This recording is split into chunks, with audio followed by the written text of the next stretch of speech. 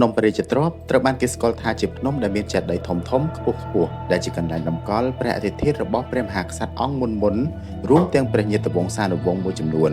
เมียนตังปีสมัยลงเวทนั่งสมัยอุดงเลือกปีนี้เชื่อก็เคยมีประสักษะมันดีจัดได้ผ่องได้จีอัตยตะในริทนีอุดงปัจจุบันมันคล้ายเชื่อดบอลเทสจอดอลใบละบานแต่เมียนเกี่ยวเทสจอจีดหนึ่งอันตรายจีดเตอร์กำซานจีเรียงรอไงภายในขนมดำนากำซานไงดิช่วงหนึ่งนอมบอมปอนแต่เทสนาหนึ่งสักษาสเปนโยลปีพนบุดงหรือนมปริจิตรอบนี้แต่ยังหนึ่งจับดามล้างปีจำนักกรรมจันดาโบราณสุดท้ายบ้านจุกเนี่ยจมวยหนึ่งชมบัตสายจิตทำไมในห้องเพลย์บอกชมดำทราเวลเลอร์ yes ថ្ងៃនេះខ្ញុំបាទនឹងឡើងភ្នំព្រះរាជទ្រព្យដោយជ្រើសរើសយកចន្ទាបុរាណអញ្ចឹងបងប្អូនទាំងអស់គ្នាចន្ទាបុរាណហ្នឹងគឺនៅក្បែរនឹងកម្មចន្ទាថ្មីដែរទេឥឡូវនេះខ្ញុំសូមធ្វើការបង្ហាញនៅខាងក្រោយខ្នងនេះឃើញទេឡើងរៀងចោតគួរសមដែរណាបងប្អូនទាំងអស់គ្នាជាប្រភេទកម្មចន្ទាដែលធ្វើពីថ្មបាយក្រៀមអញ្ចឹងបើសិនជាអ្នកទាំងអស់គ្នាមកលេងភ្នំព្រះរាជទ្រព្យអត់ដើរសាកលបងនៅក្នុងការឡើងភ្នំព្រះរាជទ្រព្យដោយចន្ទាបុរាណទៅអាចសាកលបងបានវាបង្កើតនូវរសជាតិថ្មីចៃថានៅជុំវិញចន្ទាហ្នឹងគឺសត្វតាព្រៃបានព្រៃអញ្ចឹងចង់និយាយថាខ្ញុំក៏អត់ទាន់បានដឹងច្បាស់ដែរចាំខ្ញុំដាក់ការបរិច្ឆេទនៃការកសាងកម្មចន្ទាបុរាណនឹងឲ្យយើងដឹងថារាជធានីឧដុង្គគឺត្រូវបានបង្កើតឡើងនៅក្នុងរាជព្រះបាទជ័យជេដ្ឋាទី2បាទក៏ប៉ុន្តែតកតងជាមួយកម្មចន្ទានេះមិនដឹងថាកសាងក្នុងឆ្នាំណាទេខ្ញុំធ្វើការស្រាវជ្រាវខ្ញុំដាក់ជូនដល់បងប្អូនទាំងអស់គ្នាបានមើលនៅក្នុងអេក្រង់ហ្នឹងហើយមួយវិញទៀតការដែលកសាងកម្មចន្ទានេះគោលបំណងគឺឡើងទៅកាន់កំពូលភ្នំព្រះរាជទ្រព្យហ្នឹងមានន័យថាកំពូលភ្នំដែលរក្សាទុកនៅព្រះសក្យមុនីចេតិយក៏ដូចជាចេតិយរបស់ព្រះរាជាអង្គមុនបាទឡើងបានតិចទេបងប្អូនតាមផ្លូវដើរឡើងយើងឃើញថាមានគេត្រួសត្រាយផ្លូវយ៉ាងស្អាតតែម្ដងបាទណែដើមឈើអីត្រូវបានគេកាប់ឡើងស្អាតពីមុននេះអាកន្លែងនេះគឺជាគេហៅថាទីសំចតទីសម្រាប់មានន័យថាសម្រាប់អ្នកដែលឡើងមកបានហត់បន្តិចគេអង្គុយលេងនៅប្រឡោះហ្នឹងបាទតោះឥឡូវយើងឡើងទៅលើបន្តទៀតអូនិយាយទៅតិចស្រួលខ្លាំងមែនតើហើយបើសិនជាបងប្អូនលក្ខណៈថាគាត់អត់ចូលចិត្តភាពរញ៉េរញ៉ៃអ៊ូអអីខ្លាំងគាត់អាចជ្រើសរើសកម្មចន្ទាបុរាណនេះបានដោយសារកម្មចន្ទាបុរាណនេះឡើងទៅគឺឆាប់ដល់ទេបងនេះមិននេះជាលើកទីម៉ានទេបងចាំឡើងកម្មចន្ទានេះលើកទីម៉ានលើកទី2ចាំបានថាលើកទី2ឯណោះបាទអូខេនេះបងប្អូនឃើញទេ yes តាមផ្លូវគឺស្អាតមែនតើដើមឈើត្រឈឹងត្រឆៃក្របពីលើចន្ទាជាហេតុធ្វើឲ្យយើងដើរឡើងទៅអត់ក្តៅនោះទេហើយវាក៏មិនជាចោតខ្លាំងអីដែរនេះបងប្អូនទាំងអស់គ្នាដែលជាកម្មចន្ទាបុរាណបងប្អូនអញ្ចឹងសម្រាប់កម្មចន្ទាបុរាណនេះគឺដោយតែបងប្អូនដឹងស្រាប់ហើយកាលពីសម័យមុនគឺគ្មានអីក្រៅពីកសាងឡើងពីថ្មបាយក្រៀមនោះទេបើជំនាន់សតវត្សទី6ទី7អីភាគច្រើនចន្ទាកសាងពីប្រភេទឥដ្ឋដុតអីចឹងណាហ្នឹងហើយក៏ប៉ុន្តែនៅពេលដែលសម័យកាលក្រោយមកទៀតគឺចាប់ផ្ដើមយកជាប្រភេទថ្មបាយក្រៀមយកមកកសាងចន្ទាឡើងទៅភ្នំឬក៏ប្រាសាទអីចឹងទៅតែចំពោះប្រាសាទធំមួយចំនួនគឺភាគច្រើនយកជាប្រភេទថ្មភក់ដើម្បីយកមកធ្វើជាចន្ទាឡើងអញ្ចឹងចំពោះចន្ទាបុរាណនេះគឺមានប្រវែង620កាំឡើងទៅកំពូលភ្នំឧដុង្គអញ្ចឹងខ្ញុំឡើងមកដល់ចំណុចខាងលើហើយបាទហើយនេះគឺជាចេតិយបុរាណមួយរបស់ព្រះរាជាអង្គមុនបាទឃើញទេមួយផ្លែតគឺឡើងដល់តែម្ដងបងប្អូនទាំងអស់គ្នានៅខាងលើភ្នំនេះក៏មានគេលក់អីដែរអញ្ចឹងបើសិនជាអ្នកទាំងអស់គ្នាចង់ទិញអីញ៉ាំអាចទិញបានណាឡើងមកហត់អីចឹងអាចទិញនំមានភេសជ្ជៈអីញ៉ាំបានទៅកន្លែងណាទីណាបានតែអញ្ចឹងនៅខាងក្រោយខ្នងខ្ញុំនេះគឺលោកតាតបងដែកមុនហ្នឹងគឺខ្ញុំបានធ្វើការថតឲ្យបងប្អូនទាំងអស់គ្នាបានមើលអញ្ចឹងខ្ញុំថតតែមួយផ្លែតទេអញ្ចឹងយើងបន្តដំណើរទៅខាងក្រោមទៀតមានន័យថាអញ្ចឹងដល់ពេលដែលខ្ញុំឡើងពីកម្មចន្ទាបុរាណមកហើយខ្ញុំត្រូវបត់មកខាងឆ្វេងដៃសិនខ្ញុំអត់តឡើងទៅខាងលើទេខ្ញុំអត់តទៅកន្លែងចាត់ដីធំឬក៏ព្រះសក្យមុនីចាត់ដីទេគឺខ្ញុំចុះមកខាងបត់មកខាងឆ្វេងដៃសិនបាទនេះមានភ្ញៀវទេសចរមករៀងរាល់ថ្ងៃចុងសប្តាហ៍ភាគច្រើនក្រៅពីថ្ងៃចុងសប្តាហ៍ដូចជាអត់សូវមានភ្ញៀវមកប្រហែលដែរបាទ Come over and do it. ន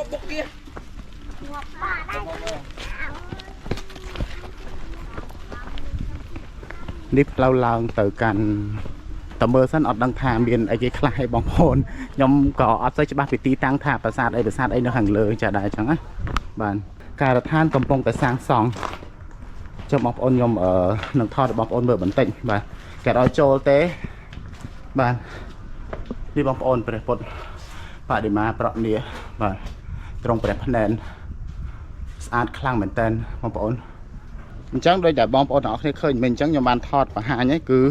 កន្លែងដែលគេតម្កល់រូបចម្លាក់ព្រះពុទ្ធត្រង់ព្រះភ្នែនបាទជាព្រះពុទ្ធប្រក់នាបាទហើយគេកំពុងតែជួសជុលអញ្ចឹងគេអត់ឲ្យយើងចូលថាខាងក្នុងដើម្បីធ្វើការអុជធូបបន់ស្រន់អីបានទេអុជបានតែអុជនៅខាងក្រៅអញ្ចឹងណាប៉ុន្តែយើងចូលដល់ខាងក្នុងអត់បានយើងចង់ទៅថតឲ្យចិត្តអត់បានទេឥឡូវខ្ញុំនឹងទៅទីតាំងមួយទៀតនេះគឺកម្មចដាគេកសាងថ្មីបងប្អូនអញ្ចឹងទៅស្រួលឡើងដែរតាអូនៅនេះលក្ខណៈថាមានជាចេតិយមួយក៏ដូចជាមានជារោងលក្ខណៈធ្វើពីថ្មបាយក្រៀមបាទភាគច្រើនរោងឬក៏ប្រាសាទនៅនេះគឺធ្វើពីថ្មបាយក្រៀមឥឡូវនេះបងប្អូនអូស្អាតជាងថតចេះស្អាតមែនតើខ្ញុំចូលមកមើលថានេះគេហៅថាប្រាសាទអីឬក៏កន្លែងអាសនៈអីចឹងណាជ័យកន្លែងនេះគេហៅកន្លែងអីដែរលោកជ័យអូព្រះកែវអូនេះដាក់អក្សរតើកន្លែងនេះកន្លែងព្រះកែវបាទបាទជ័យបាទសុំតិចចុះស្បែកជើង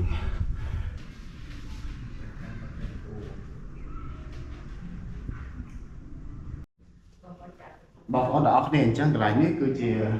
អាចថាប្រាសាទចុះគឺប្រាសាទព្រះកែវហើយនេះគឺព្រះកែវនេះបងប្អូនអញ្ចឹងកាមេរ៉ាមែនចូលមកខាងមុខតិចមកបាទនេះត្រង់ព្រះភ្នែនពានាដោយកន្សែងពណ៌លឿងបាទ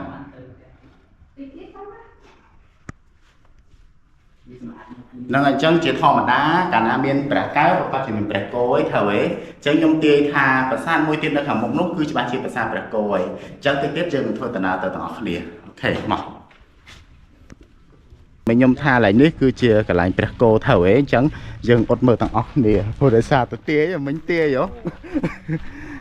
តាកន្លែងព្រះគោមែនណ៎ឃើញអត់ខ្ញុំទាយត្រូវឲ្យខ្ញុំថាតែមានព្រះកែវគឺមានព្រះគោឯងត្រូវឯងបាទទាយត្រូវរបស់ខ្ញុំហើយអញ្ចឹងខ្ញុំសុំចូលថតបន្តិចនេះបងប្អូនទាំងអស់គ្នានេះអូចម្លាក់ព្រះគោបាទសុំថតស្អាតណាស់បងប្អូនអើយ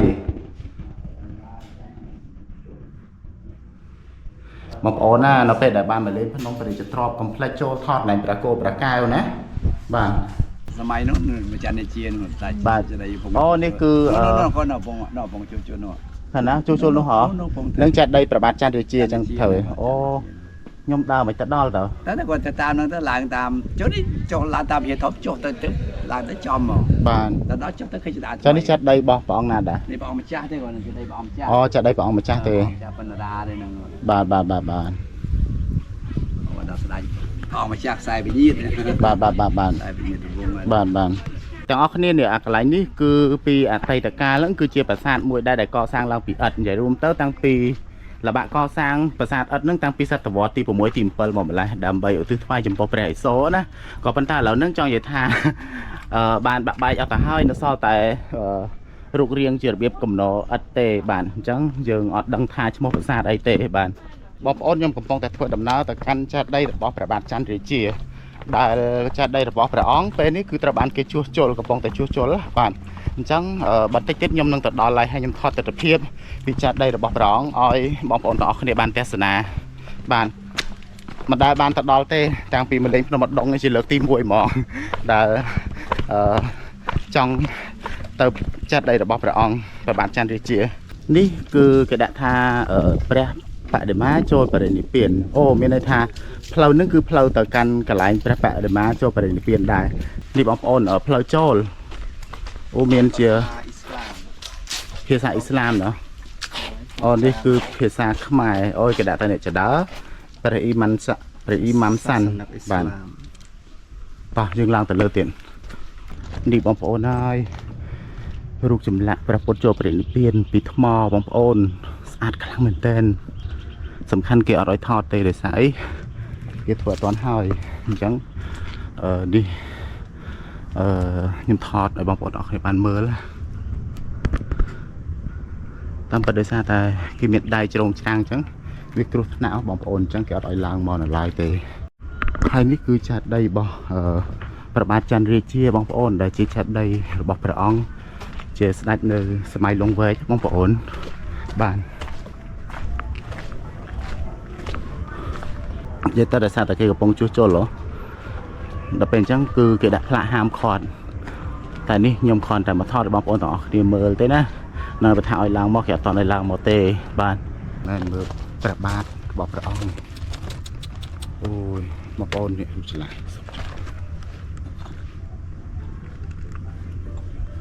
អូយស្អាតខ្លាំងមែនតើ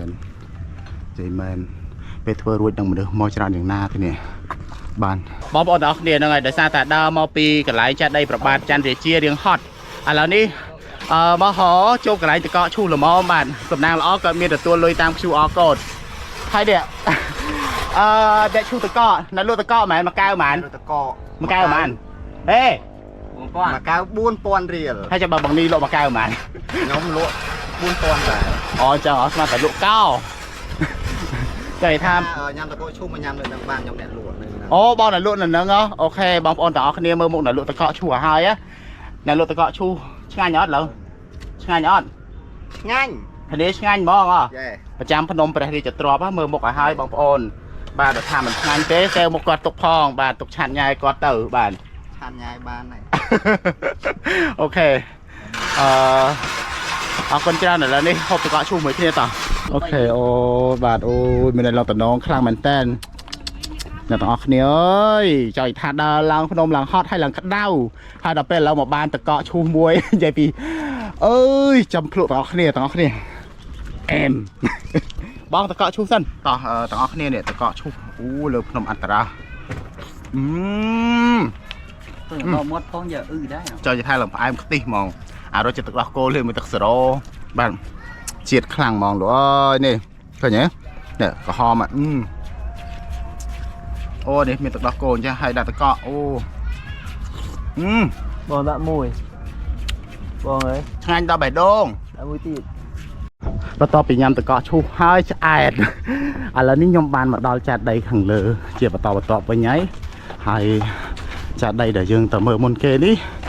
គឺជាចាត់ដីរបស់ព្រះរាជាដែលមានព្រះនាមថាព្រះបាទសម្ដេចព្រះស៊ីសុវត្ថិមុនីវង្សបាទបងប្អូនឃើញទេបាទអានេះគឺជាចាត់ដីទី1ដែលយើងបានមកដល់ចំណុចកន្លែងនេះតែទៀតយើងទៅមើលចាត់ដីបន្តទៀតឃើញថាមានក្បូរក្បាច់រចនាម៉ូដស្អាតខ្លាំងមែនតើនិយាយទៅជាប្រភេទចាត់ដីដែលកសាងឡើងពីស៊ីម៉ង់បាទតែមានចម្លាក់ក្បាច់ឡើងពេញតួចាត់ដីទាំងមូលតែម្ដងបាទឥឡូវនេះខ្ញុំបានមកដល់ចាត់ដីមួយទៀតហើយចាត់ដីនេះគឺជាចាត់ដីរបស់ព្រះបាទអង្គឌួងយើងមើលឃើញឆ្នាំនៃការកសាងចាត់ដីទៅយើងឃើញហើយគេដាក់ថាពុទ្ធសករាជ 2434 អញ្ចឹងបើសិនជាគិតគ្រឹះសករាជនោះគឺឆ្នាំ 1891 មុនហ្នឹងគឺខ្ញុំបានមើលគ្រឹះសករាជខ្ញុំសុខចិត្តដកលេខតាមខួរក្បាលឥឡូវមកទៅឃើញគេដាក់ថាសម្ដេចព្រះហរិរៈរាមាព្រះអង្គឌួងព្រះចៅក្រុងកម្ពុជាធិបតីជាព្រះវររាជបិតាបាទអញ្ចឹងចាត់ដីនេះគឺចាត់ដីរបស់ព្រះបាទអង្គឌួងអញ្ចឹងឃើញថាចំពោះចម្លាក់ក្បូរក្បាច់ដូចជាអត់ច្រើនដូចចាត់ដីដែលខ្ញុំបានបង្ហាញមុននឹងទេប៉ុន្តែយើងមើលទៅឃើញថាចាត់ដីនេះមានលក្ខណៈថាមាំបាទជាប្រភេទចាត់ដីដែលកសាងឡើងពីស៊ីម៉ង់ជាធម្មតាយើងដឹងស្រាប់ហើយនៅក្នុងឆ្នាំ 1700 ជាង 800 ជាងនោះគឺចាប់ផ្ដើមមានគេហៅថាស្ថាបត្យកម្មនៃការកសាងគឺស៊ីម៉ង់ចាប់ផ្ដើមចូលមកហើយព្រោះមានទាំងបារាំងមានទាំងប៉ូទុយហ្គាល់មានអឺរ៉ុបអីចូលមកស្រុកខ្មែរយើងប្រងព្រាតអញ្ចឹងណាបាទអញ្ចឹងហើយគឺរាល់ចាត់ដីទាំងអស់ដែលកសាងគឺភាគច្រើនគឺកសាងឡើងពីស៊ីម៉ង់ហើយបាទបើសិនជាគិតអាយុចាត់ដីនេះចូល134ឆ្នាំណាបាទហើយបន្តមកទៀតនេះគឺចាត់ដីមួយទៀតបងប្អូនអញ្ចឹងយើងទៅមើលអក្សរទាំងអស់គ្នាព្រោះដោយសារតែ nhóm có mình trăm đó chẳng dương to ta tờ mơ sẽ la chả rắc để kê chả rắc nơi trong pì mục chặt đầy tầm đòn bạn để tam sẽ la chả rắc để kê ban trà mò đấy cứ chặt đấy mình thà co sang đôi bè bạt bè cháy chết thà bạn chia bột tra rồi bỏ bè bạt sấy sôi rồi giò bò bạn cả lần cứ đã chmok khai sầm rong tong bạnนี่ดะเพื่อบนมันจอกสิมาพระบรมอาทิตย์พระบาทสมเด็จพระสไลสรยปอพระเจ้ากรมกัมพูชีถ้าปัดได้พระบริเรียจะใบดาบาดบองโอนซอนนี้อายตกกัดมือไงคอยบานเจ้านี่คือจัดได้บอกตรงบาดได้ตุสาทองบาดสาทั้งนั้น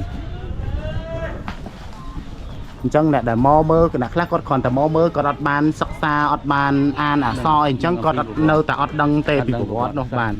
นต่อเมื่อซอนี่บานบางอ้อนนี่คือจัดได้ระบบประบาดไตรโซรยปอแต่มีการก่อสร้างล่างโดยประบาดเจยเจตท่าจังนักน้องศิลาจะรักคือมีนฉลาสมกอลหายบานจังเราไปได้บางอ้อนจังก่อนมาเล่นเพชรช้อนคือก่อนเพื่อการอดทุบอลซ้อนสมสิกระไดซอกไปจังเตอสมัยเจ้าของได้ท่าประบาดไตรโซรยปอคือเจ้าปริจิมหรือองได้โปปันจะดอยตัวสปริจะทอคลั่งเหมือนเดิมบ่ในช่วงสมัยลงเวทบาดสมัยลงเวทเสียมเวียโยกับโกบแก้วโดยแสดงในโซเชียลเลยโรงเรียนครองลงเวทปันใต้สถานที่มวยได้จีแสดงnhững bànเพียรตัวเดินล้าเลยแสดงใส่โซยปอมหาอุปจุเรียโลอดรถเจ้านักเกอหนึ่งเจ้าเรีย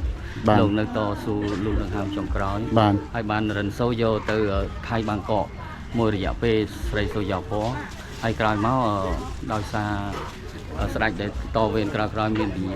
โนมีออนมีโยมที่แสดงอัตุสวริท้อก็อายการอายการนั้นบานเตยสมจอจ้างหมดแสดงเสียมนั้นดำใบนั้นนิวัตแสดงใส่โซยาปอตลอดมอนโกหมายไว้เนี่ยบ้านป้าเป็นนักโดยจะโจตลอดมาไว้โดยจะมันแมนเราก็ได้ถึงลงไว้เจเดจอมไว้โดเตอร์ตราสลากไก่เกียนสไวมาบ้านตะข้างหรือวีไอมให้บ้านโดเตอร์วีไอมบ้านปะตอมมอก็มีกรดตึกจุ่มนนนักน้องข้างหรือวีไอมดังแต่เป็นกรดตึกจุ่มนนครับตอมมอก็มอจะปริจลีโดเมาดงโดยประมาณเจ็ดท่าที่ปีเต้มีในท่าตรงบ้านเตริตอนไหนเอาแต่บทตราบอกตรงคือประมาณเจ็ดท่าที่ปีหนึ่งเราหรือไอ้ดังต่อมาบ้านตรงกลับโดยทีนี้หมดครั้งดงវិញดงจับประดามโดยเจ็ดท่าที่ปีเอาต่อระหดตลอดอ่องดวงเอาบ้านบรรจบเติมนรดมบ้านพิษาเตยเนี่ยมวยปรังบ้านตะกอสังจัตโมมังกรในน้ำมาป้อนใบไรหอกประมวยลงไปนั่งบ้านปัจจุบันนั่งบ้านเรามาดับปัจจุบันนั่งที่วันสักบ้านบางคนออกเนี่ยจังหมดนั่งยม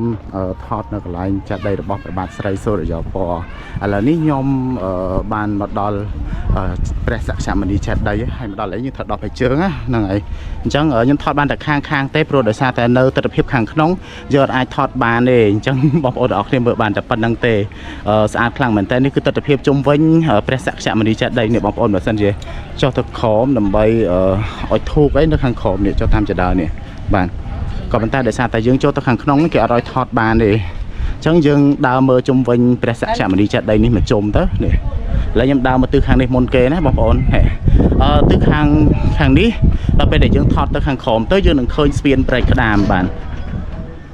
นลูกขันลูกคือเปลี่ยนไปกระดามบานไทยข้างกระปงลวงอ่ะบานไทยจำนายไปขันนี้ไปขังเชื้อคือกระดองอดดองบานขันได้บานกระดองอดดองหรือไงขันเนาะบานไทยไปต่อมอในขันได้หลักบานไปขังหลักนี่ก็กระดองอดดองโดยขนาดได้แต่ก่อนทาข้างนี้คือออสเตรเลียเตะไปเจอจนไอเฉินเลยบาน